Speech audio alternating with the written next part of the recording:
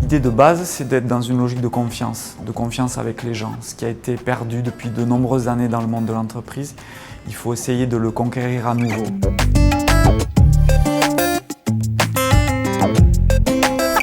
Je ne me pose pas trop la question du bénéfice ou des performances améliorées, parce que si on pose les choses de cette façon, et c'est ce qu'on fait habituellement dans l'entreprise, on biaise.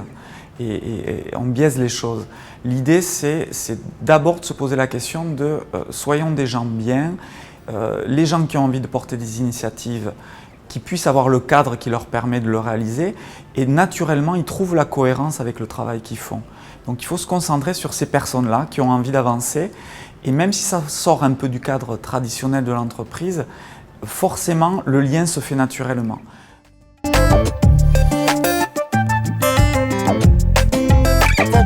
Je n'ai pas de conseils à donner à personne. La seule chose, c'est de conseiller à n'importe qui, dirigeant ou pas dirigeant, d'être des gens libres.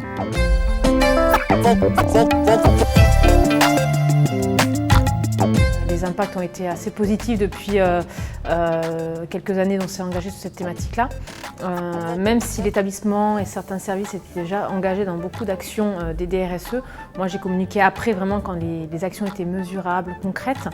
Et donc ça fait concrètement à peu près 3 ans qu'on communique activement sur ces sujets. Et notamment sur la nutrition, ça fait quelques années vraiment voilà, qu'on est actif là-dessus.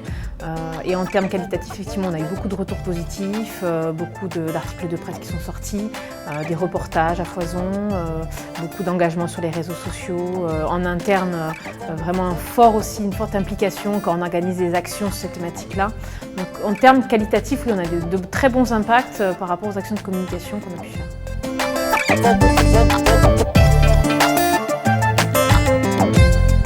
Ça a permis effectivement à la clinique d'avoir une autre image qui sorte un peu des sentiers battus effectivement par rapport à ces sujets-là.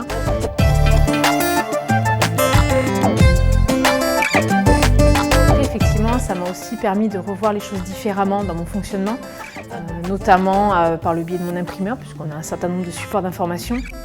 Et j'ai fait un appel d'offres, voilà, comme ça, en contactant quelques entreprises, quelques imprimeries locales, pour savoir s'ils étaient engagés, quelles démarches ils avaient appliquées. Ça m'a permis de choisir effectivement une imprimerie qui est en adéquation avec notre démarche.